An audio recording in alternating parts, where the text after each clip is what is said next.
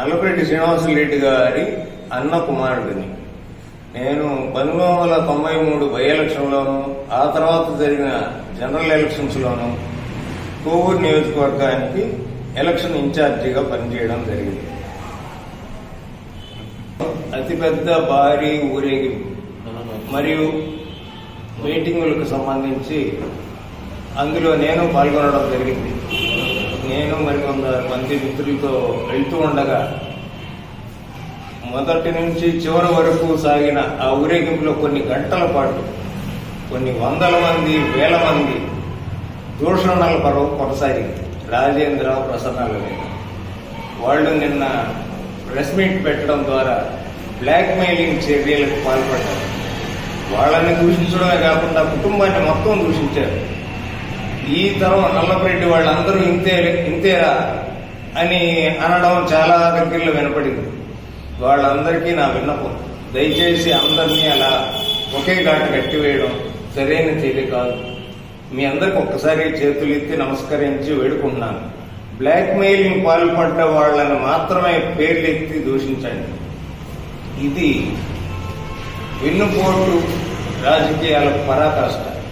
అసలు black mailing అనేది జోబులు కొట్టడం, దొంగతనం చేయడం వాటికన్నా హీనమైన హేయమైన చర్య. మీకు ఓటమి భయం పట్టుకొని ఇలాంటి దిగజారుడు చర్యలకు పాల్పడుతున్నారు. అవి మానుకోండి. దిగజారుడు రాజకీయాలు మన పెద్దలు చేయలేవు. వాటిని మానుకోమని మీకు విజ్ఞప్తి చేస్తున్నాను.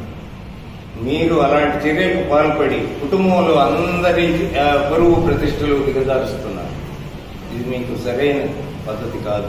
నల్లపరెడ్డి శ్రీనివాసరెడ్డిని ఒక మహా రాజకీయ వృక్షంతో పోలుస్తూ ఆయనకి కుక్కమూతి పుందిలు పుట్టాయని కూడా అక్కడ వ్యాఖ్యానించడం జరిగింది.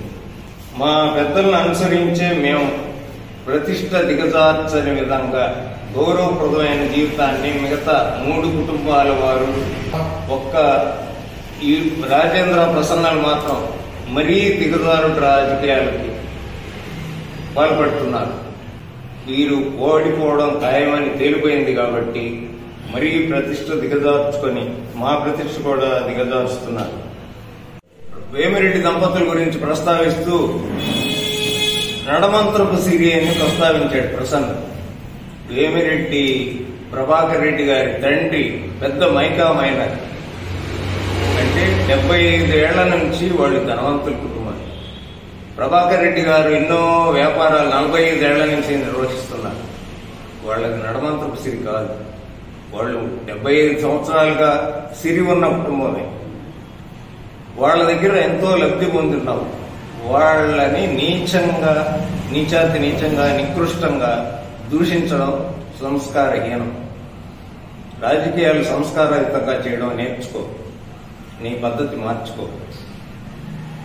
తర్వాత ఆయన సోదరుడికి విజ్ఞప్తి చేస్తున్నాను. ఇంకా దిగజారిపోయినావు. పిట్ పాకెటర్స్ కన్నా హీనంగా నిన్ను నమ్మి సొంత సోదరుడి కన్నా ఎక్కువ ప్రేమించి అభిమానించి నీతో మామూలుగా సంభాషిస్తే దాన్ని వీధిలో పెట్టి బ్లాక్ మెయిల్ చేయడం అంటే వెన్నుపోటు పొడిచేదానికన్నా ఘోరమైన చర్య. మీ కుసంస్కారానికి ఇది పరాకాష్ట. ఇకనైనా బుద్ధిగా నడుచుకోండి. మంచి రాజకీయం చేయడం నేర్చుకోండి.